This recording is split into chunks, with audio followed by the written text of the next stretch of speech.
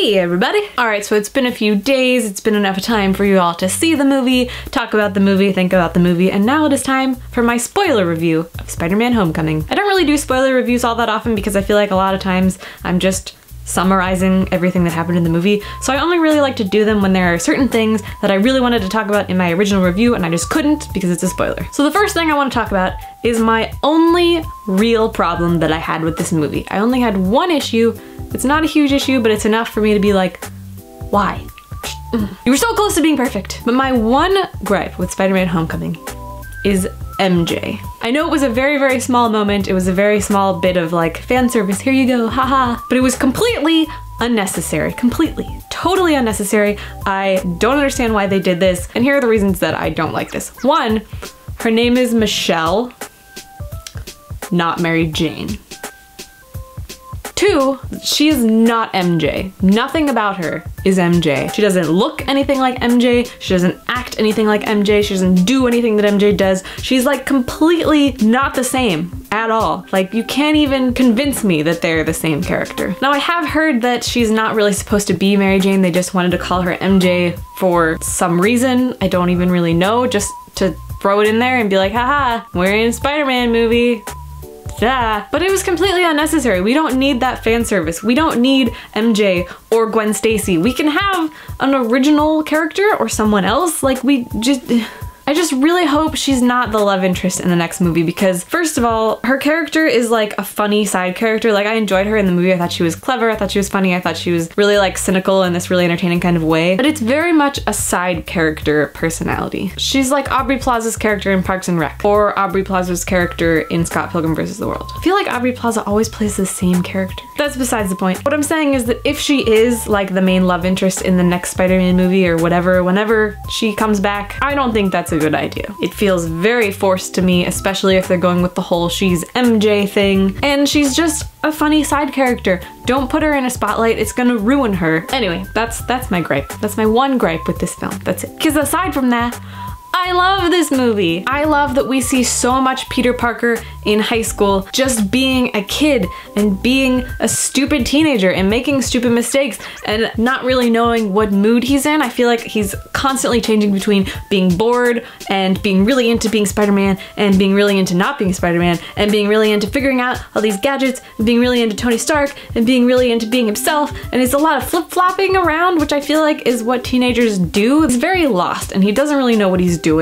And I feel like this movie portrays that perfectly. It portrays a teenage boy in high school with a ton of shit going on perfectly. I like that there's a lot of scenes of him just goofing off. I like that there's a lot of scenes of him messing up and trying to do Spider-Man things and trying to learn things about himself and just failing miserably. I like that he has to literally choose between Liz and between being Spider-Man, and he chooses being Spider-Man, and I feel like this is the first Spider-Man movie where he doesn't go for the girl. He doesn't get the girl at the end. He almost gets her, and then reality gets in the way, and honestly, I think this is the most realistic portrayal of Spider-Man ever because he doesn't get her in the end. He has to do his Spider-Man thing, and she's like, I'm not into this, I'm out. And I thought that was a really powerful scene and a really important scene because it shows the reality of what it's like to be a superhero and not be able to do all of the normal human regular people things like having a girlfriend. Or at least at this particular time in his life, he just can't. And I really, really like that they did that. Another thing I really liked is the plot twist at the end.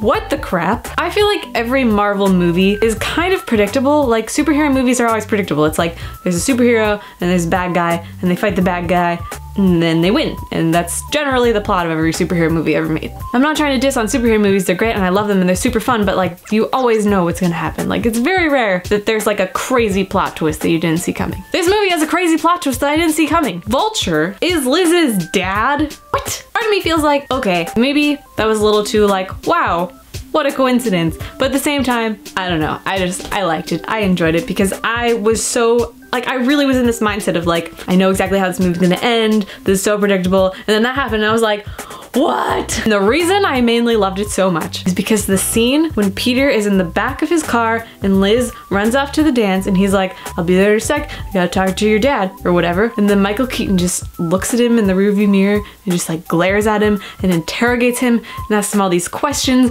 and just the tension of that scene. Oh, it was so good. And I think the editing of that scene was done really well. I kind of mentioned this in my regular non-spoiler review, but I didn't go too deep into it because spoilers, but now I can go into that. So like the editing of like, you could hear his heart beating and there was like no sounds going on. Like the dance was kind of in the background, but it was very like muffled, and there was kind of this like ringing in his ears, and there was just this like really intense bassy like, holy shit, he knows I'm Spider-Man. And it was like, I don't know, that scene. I've never been so stressed out watching a scene in a movie before. I felt physical discomfort watching that scene. I was just like, run! And Michael Keaton's performance in that scene was so, if you don't know, I'm like a huge Michael Keaton fan. I'm obsessed with him. His performance in this scene was absolutely incredible. I was physically terrified of him. I was like, oh, you better get out of there. He fucking knows who you are. He's gonna chop your face off of your face. I was like sweating. It was a lot to deal with. Also, another scene that I really, really loved is whenever Peter has been kind of defeated by Vulture. He knocked like a whole building on top of him, and he's just under this pile of rocks, and he's like, God damn it, I lost, I'm on the ground, I can't get up. And he's just like so sad, and it's just sad Peter. He looks so sad, and I'm like, no Peter, don't be sad. But then he realizes he's like fucking Spider-Man. In that moment when he's like trying to push up the rocks with all that he's got, and he's like, come on Spider-Man, come on Spider-Man, come on Spider-Man. And I was like, yeah, come on Spider-Man, I love you. And it was just like this beautiful,